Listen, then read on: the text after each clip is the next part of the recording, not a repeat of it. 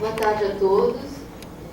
Agradeço ao Alexandre, ao Condema, pelo convite. Eu acho que é uma excelente oportunidade para divulgar esse nosso trabalho e, como o Alexandre bem colocou, a nossa contribuição como historiadores, biólogos, né, todos os autores envolvidos no livro, a nossa intenção era devolver para a comunidade esse trabalho intelectual. E nada mais justo que devolver esse trabalho na própria região. Então nós pensamos um seminário no qual parte do livro foi apresentado. O livro, a coleção é composta por 3 volumes. Nós apresentamos o que de fato fazia sentido para a discussão nesse momento, né, onde estariam presentes a comunidade e pessoas ligadas, de certa maneira, à elaboração do plano diretor e plano de manejo. E fizemos um seminário, na composição do seminário, pensado da seguinte maneira: na parte da manhã nós trouxemos o resultado do livro de patrimônio ambiental, patrimônio cultural no primeiro dia e patrimônio ambiental no segundo dia. E no período da tarde nós chamamos responsáveis pelo poder público, intelectuais que estão acima de qualquer suspeita, entre aspas, mas que traria uma discussão conceitual sobre o território estudado e de proprietários também de áreas naquela região. Então, a intenção era que, posteriormente, junto com a comunidade presente, nós discutíssemos todas as questões e os anseios ali para aquela região. Então, eu acho que do resultado desse seminário na semana passada, eu agradeço aqui pessoalmente a contribuição do IAB e do Alain para que esse seminário acontecesse. A gente fez um esforço, uma força-tarefa para fazer essa moção, que nós chamamos de desafio e não de moção. Mas antes disso, o Alexandre me pediu para que fizesse uma pequena apresentação do que foi colocado na parte teórica, dos resultados que estão presentes no livro. Então eu vou falar de uma maneira bastante sucinta do resultado desses 2 dias de trabalho. Então vai ser bem sucinto mesmo. Então, primeiramente, é importante que a gente tenha definido esse conceito de território. O território não é somente uma porção geográfica, né, mas que para se tratar do território de uma região, é necessário um tratamento particular para cada região. E que, para isso, é preciso entender não só os aspectos físicos, né, geológicos, mas também a população e a própria história dessa região. Então, no caso da região que hoje constitui a APA, é uma região bastante importante, não só para Campinas, mas para a história da riqueza paulista, porque é a região na qual foi introduzida, após a decadência do café no Vale do Paraíba, a região que deu margem ao cultivo do café foi essa região de Campinas e a região onde está a APA principalmente. Então, para entender essa região, tem toda uma percepção da história, dessa movimentação histórica, de todas essas ocorrências que acontecem no final de 1700 até, o nosso estudo foi até 1930, um momento crucial assim, para encerramento do ciclo cafeíno. Então, nessa definição de território, que não é à toa que hoje é o território que compreende a APA, é o território que nós definimos na nossa pesquisa, que chamaríamos de Entre Rios. O Rio Jaguari vai ficar definido no próximo slide. E o Atibaia. Então, a relação do Entre Rios em relação aqui nesse mapa de 1929, que foi um mapa que nós escolhemos como mapa base para todas as pesquisas, para todos os autores, e essa região em relação a todo o município de Campinas. Aqui, só para vocês terem uma ideia do que é a nossa coleção, são 3 volumes. O primeiro volume trata das Sesmarias, caminhos, escravidão, riqueza. Não, desculpa, o primeiro volume é território, inventário arquitetônico e cotidiano das famílias proprietárias de fazenda. No segundo volume, Sesmarias, caminhos, escravidão, história da riqueza, imigração e núcleos urbanos. E o terceiro volume, fauna e flora. Bom, diante dessa imensidão de dados, de elementos para se tratar, nós trouxemos para esse seminário apenas o conteúdo do volume 1 e volume 2. Voltando aqui ao território, Entre Rios. É um território com 223 quilômetros, Rio Jaguari e Rio Atibaia. Aqui a gente tem Pedreira, Amparo, Morungaba, Valinhos e aqui o município de Campinas. Esse território, apenas uma pequena parte não compreende a APA Campinas. E por que nós definimos esse território como Entre Rios? Porque no primeiro momento, né, o território da APA, mas também no primeiro momento, no momento da colonização do município das Campinas do Mato Grosso, nós tínhamos, né, no momento, antes mesmo da fundação de Campinas, nós tínhamos aqui Jaguari, Atibaia e as primeiras Sesmarias, os primeiros colonizadores que vieram para a região, seguindo não só o caminho dos Goiás, em direção às Minas Gerais, que é Goiás. E aqui a gente tem uma definição importante, né, que eu trago aqui, que o Pulpo definiu para entender a história da colonização do município de Campinas. Ele definiu, identificou aqui o Rio Atibaia, que é importantíssimo, ele vai seguindo, né, passa todo o caminho dos Goiáses, que é a atual rodovia Ademar de Barros, e que segue até o pedágio que visa para o município de Jaguariúna. E que, para entender essa colonização, ele chamou de Médio Atibaia, de Alta Atibaia, Médio Atibaia e Baixo Atibaia. Então, essa definição, essa colocação feita pelo público foi da maior importância para que a gente entendesse um pouco o que ocorreu aqui nessa região.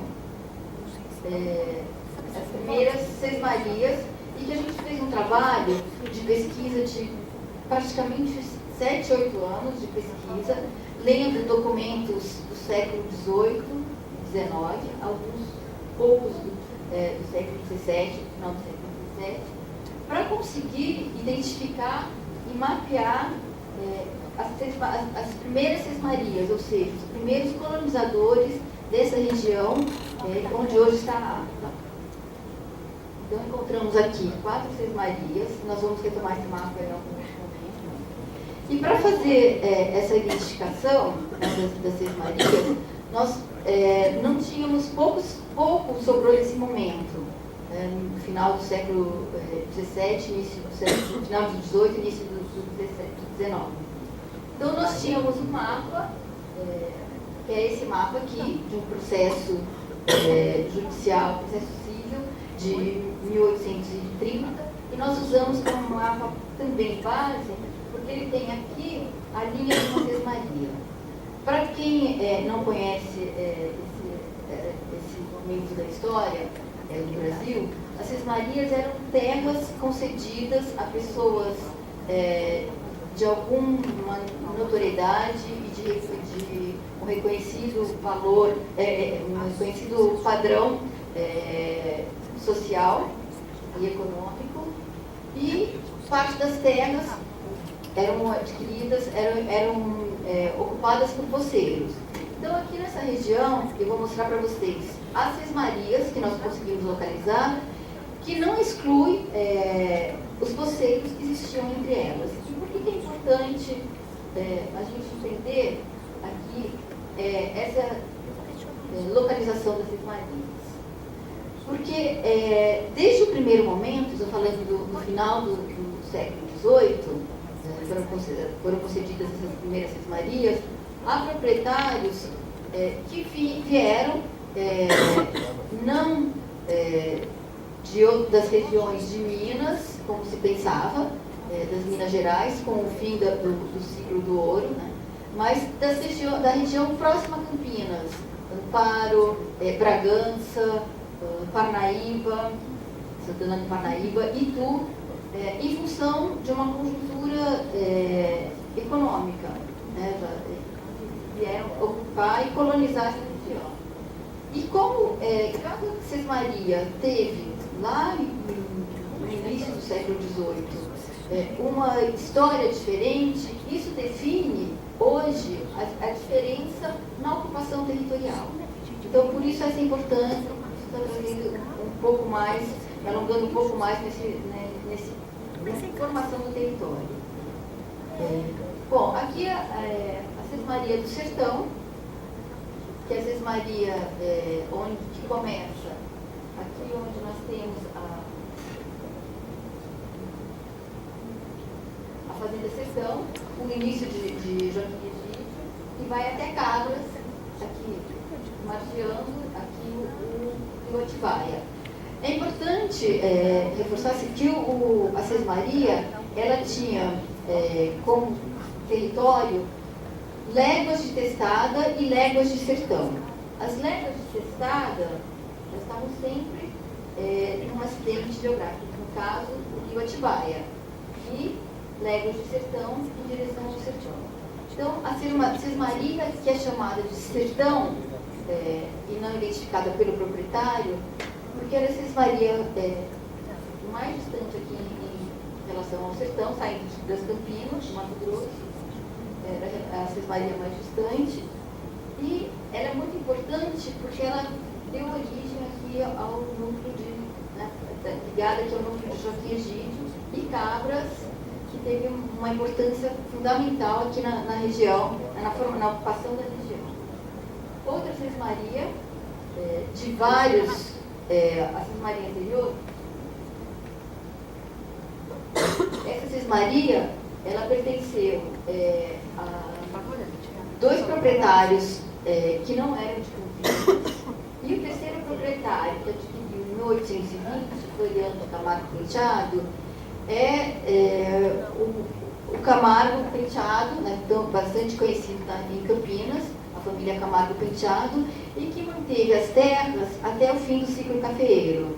Então, essa sesmaria tem uma característica bastante diferenciada das outras.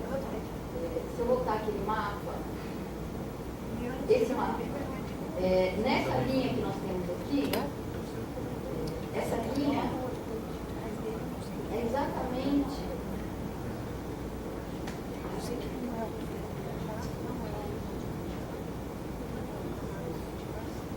essa linha que nós temos aqui.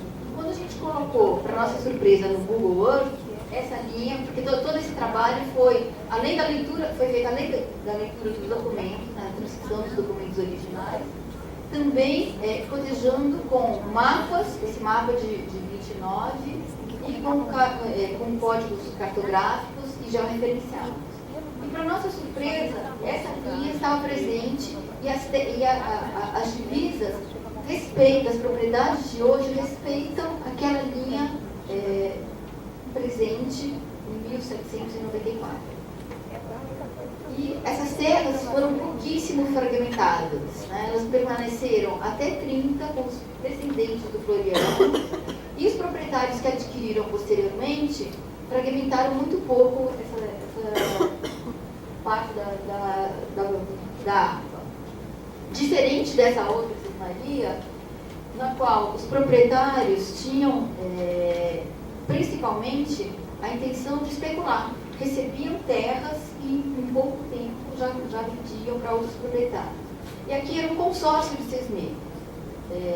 8 sesmeiros aparentados, e que venderam essas sesmarias, essas suas terras, suas porções de terra. Cada um deles tinha uma porção de terras dentro dessa terra maior.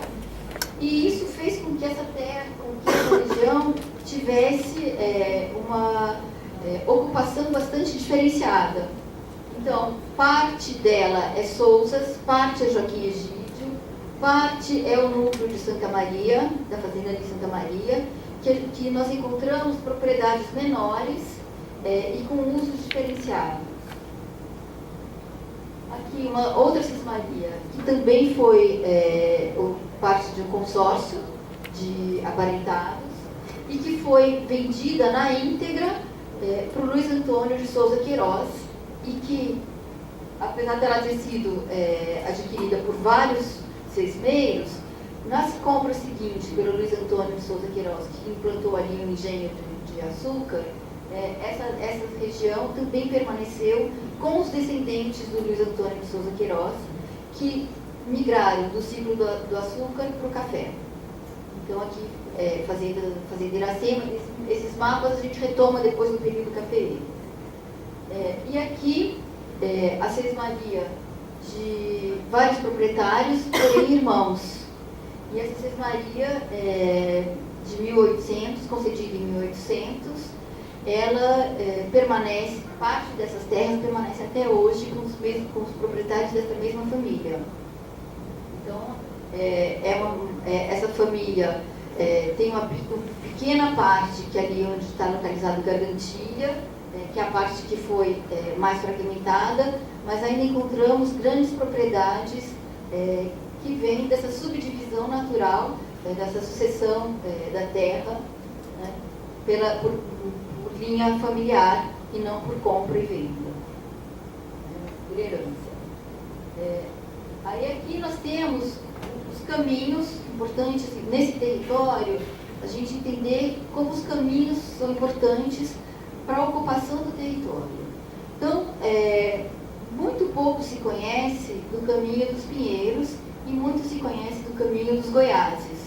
O caminho dos Goiáses, aqui, segundo vários historiadores, deu origem à freguesia das Campinas do Mato Grosso, que era um dos campinhos, que era um pouso de tropeiros. Esses caminhos, o caminho dos Goiáses, ele mais tangenciava o rio Atibaia, em direção a Jaguariúna. É exatamente o trajeto, com poucas diferenças, mas o trajeto da rodovia Demar de Barros. E desse caminho havia caminhos, outros caminhos, caminhos que levavam aos sertões. Então, nessa pesquisa, nós levantamos todos esses caminhos desse momento inicial de colonização e encontramos esse mapa, que é o caminho paralelo ao caminho dos Goiáses, e era o caminho da maior importância para o escoamento da produção. Ele chegava, aqui a gente tem, aqui é um mapa no qual está se planejando uma mudança no caminho dos Pinheiros. Então aqui a Estrada Nova e a Estrada Antiga. Ambos saíam de Jundiaí em direção a Campinas. Então, paralelo ao caminho dos Goiáses, existia esse caminho dos Pinheiros, margeando o Ribeirão Pinheiros, onde havia um pouso exatamente no entroncamento da Dom Pedro, o caminho que vem de Valinhos, e aquela estrada de terra que liga a Joaquim Egídio. Ali havia um pouso, e esse caminho, por esse caminho foi escoada grande parte da produção, principalmente de açúcar, em carros de boi, e posteriormente usado também em carro de boi para as primeiras plantações de café. Então, aqui, na sequência, um outro mapa da região, com todas as canas. Então, nós vemos aqui Campinas, e a estrada, o acesso que nós pegamos hoje, em direção a Sousas, e chega em Joaquim Egídio, a Estrada das Cabras, que vai em direção a Morungaba. Se a gente pensar nesse caminho hoje, muito tranquilo, o acesso, mas o rio Atibaia, neste momento, no início da colonização, aquela parte do rio é extremamente larga, diferente daqui, desse outro caminho que a gente atravessa aqui o rio Atibaia e chega em Joaquim Egídio. Então, vários caminhos se apropriaram do caminho original para a ocupação desse território. E é importante a gente entender esses caminhos, porque existe toda uma teia que foi se formando aqui, e que a gente pouco conhece hoje, de caminhos, mas esse caminho que sai de Sousas e segue em direção à Pedreira, caminho de São Conrado. Aqui outro caminho que deu origem aqui a Sousas, que vai o caminho do bairro dos Lima e que segue a Fazenda Santa Maria, vai até a Fazenda Santa Maria e faz a conexão com o município de Amparo, que naquele momento era muito maior que Campinas e que também tinha uma produção que era escoada por esses caminhos. Então não era só atender a essa população local, mas atender a população vizinha que escoava das vilas vizinhas que eram escoadas pelo interior desse município. Então todo esse processo de colonização ocorre em função dessas demandas que inicialmente no ciclo do açúcar eram bem menores em função dos engenhos, que nós tínhamos aqui. Apenas 6 engenhos nessa região. A região do entorno de Campinas era muito mais rica em engenhos, e o plantio da cana esgotava a terra muito rapidamente. Então, com o esgotamento da cana, das terras nessas regiões vizinhas, foi o motivo pelo qual esses cismeiros vieram para colonizar essa região. Então, nós encontramos aqui o engenho do Jaguari, os nomes se repetem em função dos acidentes geográficos. Aqui, o engenho Jaguari, de propriedade dos irmãos Barbosa, o engenho do Atibaia, também dos irmãos Barbosa, engenho Atibaia, do Souza Queiroz, engenho Jaguari, engenho Cachoeira, engenho Nossa Senhora do Sertão, todos do Floriano de Camargo Penteado, que faz a transição do açúcar para o café com a riqueza oriunda do café. Foi a partir dessa riqueza e desse desmatamento inicial que se começa a perceber e se ser permitida a implantação de fazendas de café nessa região. Então aqui esses 3 engenhos da mesma família, porque o Floriano adquire essas terras depois. Então esses 3 engenhos e os filhos do Floriano de Camargo Penteado vão introduzir as primeiras fazendas de café. Bom, aqui não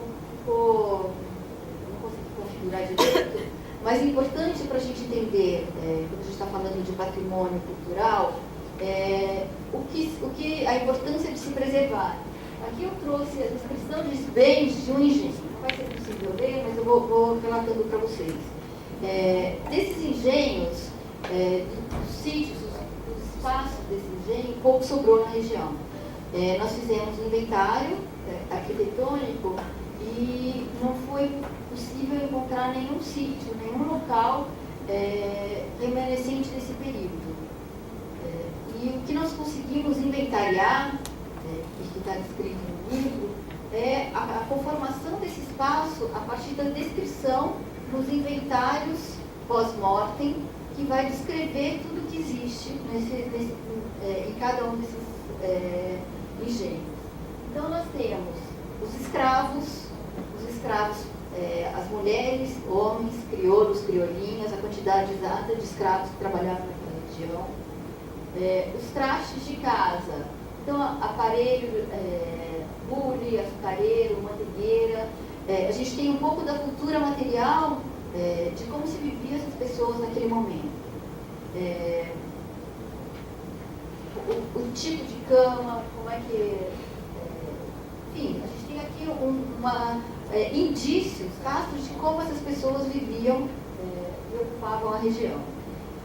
Os engenhos e a benfeitorias. 2 casas de fabricar, uma casa de coberta de palha, monjolo, paiol. Utensílios da fábrica. Então ele descreve todos os utensílios, ferramentas, armas, joias. 10 minutos. A gente consegue saber o que existe nessa região. Por que eu coloquei isso nesse momento? Porque apenas nesses registros textuais é que a gente tem a possibilidade de se conhecer o que foi um engenho de açúcar na região de Campinas. Na sequência, a gente faz um inventário arquitetônico das fazendas. E nós mapeamos e identificamos 38 fazendas de café e fizemos os desenhos de todas a fachada de todas as fazendas, dessas 38 fazendas, as plantas das fazendas, plantas e cortes das 38. E o que é bastante importante porque não tinha nenhum inventário, apesar de ser Campinas, a importância dessa região para a riqueza do estado de São Paulo, mas não existia um inventário, um mapeamento que desse conta de todo esse território entre rios.